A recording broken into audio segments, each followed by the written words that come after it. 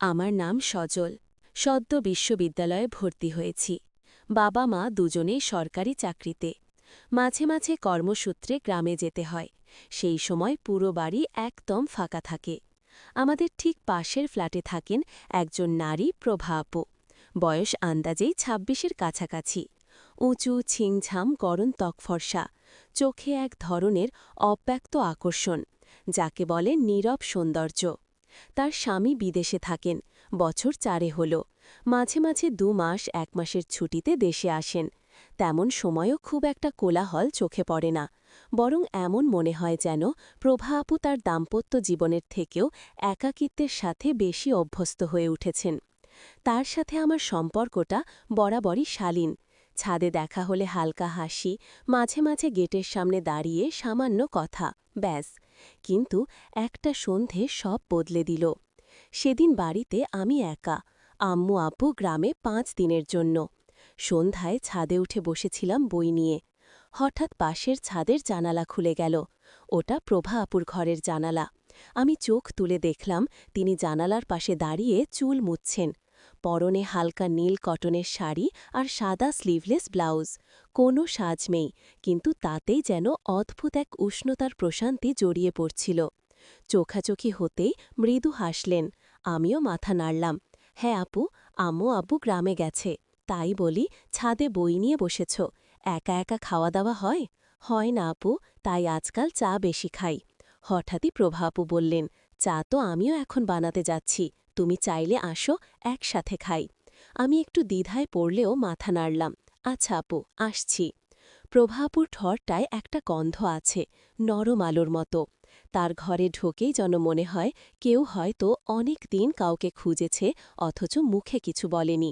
সাদা পর্দা, ছোট্ট খোপি কয়টা গাছ, আর এক কোণে একটা টেবিল, যেখানে দুটো চায়ের কাপ, ধোয়া তুলছে। আমি চুপ করে বসে আছি, আর প্রভা আপু চা ঢালছেন। তারপর আমার পাশে বসে পড়লেন। জানো সজল, একা থাকা অনেক সময় অভ্যাস হয়ে যায়, অথচ মন চায় কেউ পাশে থাকুক, শুধুই একটা কথা বলার জন্য। আমি মাথা নিচু করে বললাম, আপু, আপনি যদি চান আমি মাঝে মাঝে আসতে পারি আপনার সাথে সময় কাটাতে। তিনি কিছুক্ষণ চুপ করে থাকলেন, তারপর বললেন, তুই এখন বড় হয়ে গেছিস সজল, অনেক বেশি বোঝে, এত ছোট আর নেই। সেই মুহূর্তে তার চোখের দিকে তাকিয়ে আমার বুকের ভেতর কেমন করে উঠল একটা অজানা অনুভব, যেন আমি কোনো গল্পের প্রথম পৃষ্ঠায় দাঁড়িয়ে আছি। চা শেষ হতে না হতে হালকা বৃষ্টি নামল। তিনি হেসে বললেন, আচ্ছা, এই বৃষ্টির ভেতর গান শোনার ইচ্ছে হয় না তোর? আমি বললাম, হয়, তবে কেউ না থাকলে শুনতে ভালো লাগে না। তিনি হঠাৎ করেই আমার হাতের উপর হাত রাখলেন। তাহলে থাক না, আজ আমার পাশে থেকে গান শোনো। বৃষ্টির টুপটাপ শব্দে ঘরটা যেন আরও নির্জন হয়ে উঠল। বাইরে চারিদিক নীরব। দূর থেকে মাঝে মাঝে ভেসে আসছিল ব্যালকনি বৃষ্টির ধাক্কায় বাতাসে নড়ে ওঠা বাতাস শব্দ।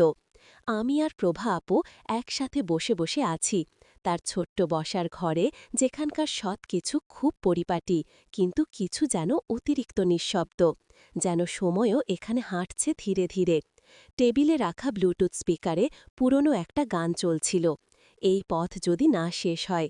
প্রভা আপু হালকা করে বললেন, জানো সজল, এই গানটা আমার খুব প্রিয়।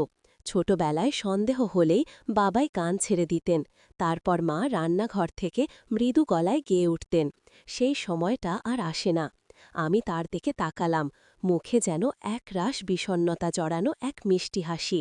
আমি নরম গলায় বললাম, আপু, সময় বদলায়, কিন্তু অনুভবগুলো থেকে যায়। কেউ যদি পাশে থাকে, তাহলে সেই পুরনো গানগুলো আবার নতুন হয়ে ওঠে। তিনি আমার দিকে তাকিয়ে কিছুক্ষণ চুপ করে থাকলেন। তারপর বললেন, তুই আজ আমার পাশেই থাকিস সজল। কথা বলতে ইচ্ছে করছে, খুব বেশি কিছু না, শুধু একটু মানুষ, হয় পাশে বসে থাকা। আমি মৃদু হাসলাম, আমি তো আছি আপু। আলো তখন অনেকটাই লান হয়ে এসেছে। ঘরে শুধু একটা টেবিল ল্যাম্প জ্বলছে। মৃদু আলোয় তার মুখ যেন এক নরম আলোয় ঢাকা পড়েছে, ঠিক যেন একটি ছবির ফ্রেম। হঠাৎ করে প্রভা আপু হাত বাড়িয়ে আমার বাল ছুঁয়ে দিলেন। সেই স্পর্শটা খুব কোমল, কিন্তু আমার বুকের ভেতরটা কেঁপে উঠল। তুই এত বুঝিস কি করে সজল? এত নরম স্বরে কথা বলিস, মনে হয় তোর সাথে কথা বললে মনটা হালকা হয়ে যায়। আমি কিছু বলার আগেই প্রভা আপু হঠাৎ সামনে ঝুঁকে এসে আমার গালে একটা আলতো চুমু দিলেন। এক মুহূর্ত থেমে থাকল সময়। আমি বিস্মিত হয়ে তার চোখের দিকে তাকিয়ে রইলাম। তিনি মৃদু হাসলেন। ভয় পেয়েছিস? আমি মাথা নাড়িয়ে বললাম, না, তবে অবাক হয়েছি। প্রভা আপু বললেন, ভালো লাগা কি শুধু তরুণ তরুণীর মাঝে হয়? বয়স কি অনুভবের সীমা ঠিক করে দিতে পারে?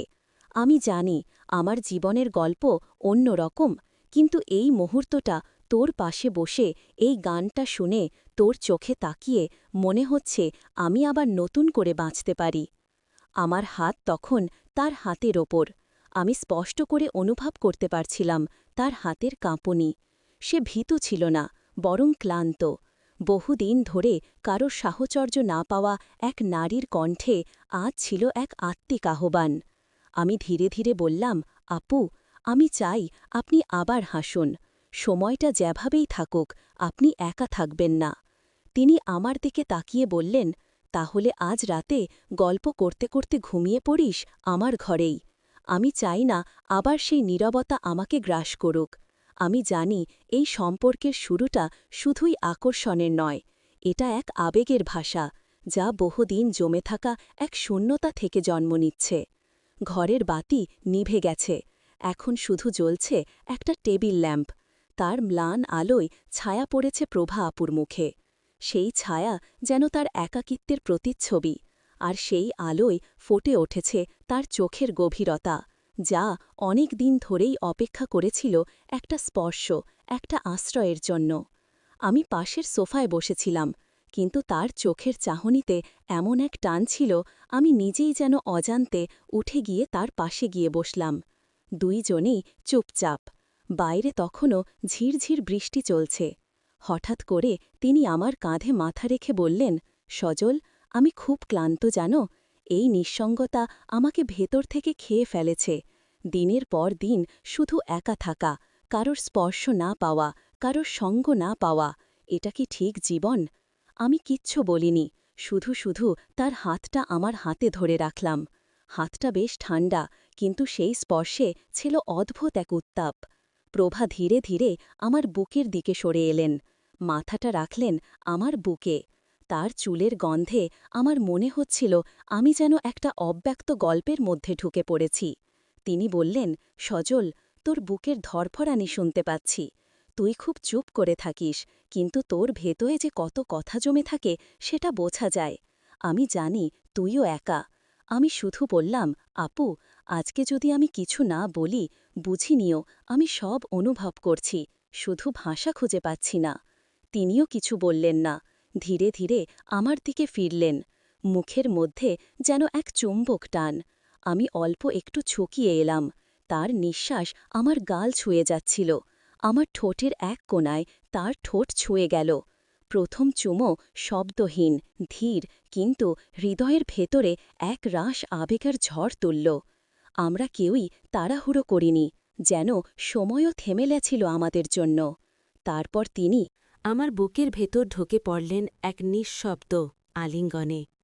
এত খাঁটি, এত নিরাপদ এক আলিঙ্গন, যেন একজন মানুষ বহুদিন পর কারোর কাছে সত্যিই নিজেকে ছেড়ে দিতে পারছে। আমি শুধু জড়িয়ে ধরেছিলাম তাকে, শক্ত করে। কোনো তাড়া ছিল না, কোনো কাম ছিল না, শুধু ছিল ভালোবাসার উষ্ণতা। তার চোখ তখন আমার কাঁধে নুকানো, আর আমি তার চুলে বোলাচ্ছি। প্রভা আপু ধীরে বললেন, সজল, এই মুহূর্তটা যেন কখনো শেষ না হয়। আমি চাই তুই থাকিস আমার পাশে। আজ শুধু ঘনিষ্ঠতা নয়, আজ চাই ভোর পর্যন্ত একটা মানুষকে পাশে পাওয়ার নিশ্চয়তা। আমি তার কোমালে চুমু খেয়ে বললাম, আমি আছি আপু, ঠিক এইখানে, যতক্ষণ তোমার দরকার ততক্ষণ। তুমি আনো সেই রাতে। আমরা পাশাপাশি শুয়েছিলাম, মাঝে মাঝে হাত ধরেছি, কখনো কপালে চুমু দিয়েছি, কখনো বুকের মধ্যে মুখ লুকিয়ে রেখেছি। কোনো তাড়াহুড়ো ছিল না, বরং ছিল এক ধরনের অনুভব, যেখানে ঘনিষ্ঠতা মানে ছিল মানসিক ছায়া, উষ্ণ আশ্রয়, শুধু শরীরের নয়, হৃদয়ের পাশে থাকার নাম। ভোরের হালকা আলো ঘরের জানালা খাক দিয়ে ভেতরে ঢুকছিল। রাতের বৃষ্টি থেমে গেছে, কেবল ছাদের কার্নিশ থেকে টুপটাপ জল পড়ার শব্দ। আমাদের দুজনের মাঝে তখনও এক নিঃশব্দ গাঢ় প্রশান্তি। প্রভা আপু তখনও আমার বুকে মাথা রেখে ঘুমোচ্ছিলেন। তার নিঃশ্বাসের শব্দ নিঃসন্দেহ বলে দিচ্ছিল বহুদিন পর এমন একটা রাত কাটিয়েছে যেখানে একাকিত্ব ছিল না, ভয় ছিল না, শুধু ছিল নির্ভরতা। আমি তার চুলে আলতো হাত বুলিয়ে দিচ্ছিলাম। মন বলছিল, এই মানুষটার পাশে থাকাটা কোনো পাপ নয়, বরং একটা দায়িত্ব, একটা না বলা চুক্তি, যেখানে উভয়ের মাঝে ঘনিষ্ঠতা মানে ছিল তোমার কষ্ট আমি বয়ে নেব। আস্তে করে তিনি চোখ মেলে তাকালেন আমার দিকে, একটুও না লজ্জা পেয়ে, না সংকোচে, বরং এক প্রকার শান্ত কোমল গলায় বললেন, সজল, এই প্রথমবার মনে হল আমি সত্যিই কাউকে পাশে পেয়েছি। আমি তার কপালে চুমু খেয়ে বললাম, তুমি শুধু পাশেই নও, এখন থেকে তুমি আমার পৃথিবী। তিনি আলতো হেসে বললেন, তুই জানিস না সজল, একজন প্রাপ্তবয়স্ক নারী যখন সংসার হারায়, স্বামী বা প্রেমিক চলে যায়, তখন সমাজ তাকে কেমন চোখে দেখে, আর সেই যদি কারোর দিকে একটু ঘেঁষে দাঁড়ায়, তাহলেই শুরু হয় কানাঘোষ, সন্দেহ। তুই আমার পাশে দাঁড়ালে সেই সমাজ তো তোকে ছেড়ে কথা বলবে না। আমি এবার সত্যি দৃঢ় গলায় বললাম, আমরা যা করছি সেটা পবিত্র। আমরা একে অপরকে দিচ্ছি আশ্রয়, অনুভব, ঘনিষ্ঠতা। আমরা কারোর বাড়ি ভাঙছি না, বরং নিজেরা একটা ঘর গড়ছি। সমাজকে যদি বোঝাতে না পারি, তাহলে সময় বুঝিয়ে দেবে। আমি আছি তোমার পাশে। তার চোখে জল এসে গেল, কিন্তু সেই জল দুঃখের ছিল না, ছিল মুক্তির। তিনি আমায় জড়িয়ে ধরে বললেন, তুই আমার চেয়ে অনেক ছোট সজল, কিন্তু তোর হৃদয়। আমার নাম সজল। সদ্য বিশ্ববিদ্যালয়ে ভর্তি হয়েছি। বাবা মা দুজনেই সরকারি চাকরিতে। মাঝে মাঝে কর্মসূত্রে গ্রামে যেতে হয়। সেই সময় পুরো বাড়ি একদম ফাঁকা থাকে। আমাদের ঠিক পাশের ফ্ল্যাটে থাকেন একজন নারী, প্রভা আপু। বয়স আন্দাজেই ২৬-এর কাছাকাছি। উঁচু ছিংঝাম গরম ত্বকফর্সা, চোখে এক ধরনের